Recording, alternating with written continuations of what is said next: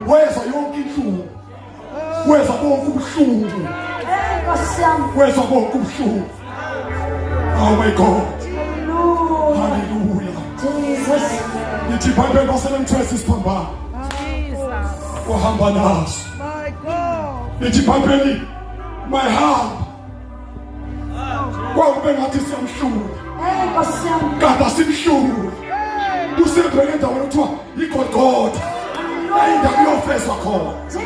Wathi mayihamba wahamba ngomgwaqo kuthiwa iVilla Dolorosa. Lo mgwaqo wawukade ungenagama. UJesu wahamba kuwo kanti kwakunabantu kade belalisiwe inyonga, ishosha, eyibhubhuthe, nabahlubekile nabo bonke abantu. UJesu wahamba kuwo wona ngathi uyawa kade hayi ngobewa wayizolanda thina. Bathi siyamhlula alizolanda thina. Wathi mayihamba mfethu umthetho wawela kumuntu wayesegula iminyaka wavuka kwamangala abantu bathi kanti uhlobo lo muntu lo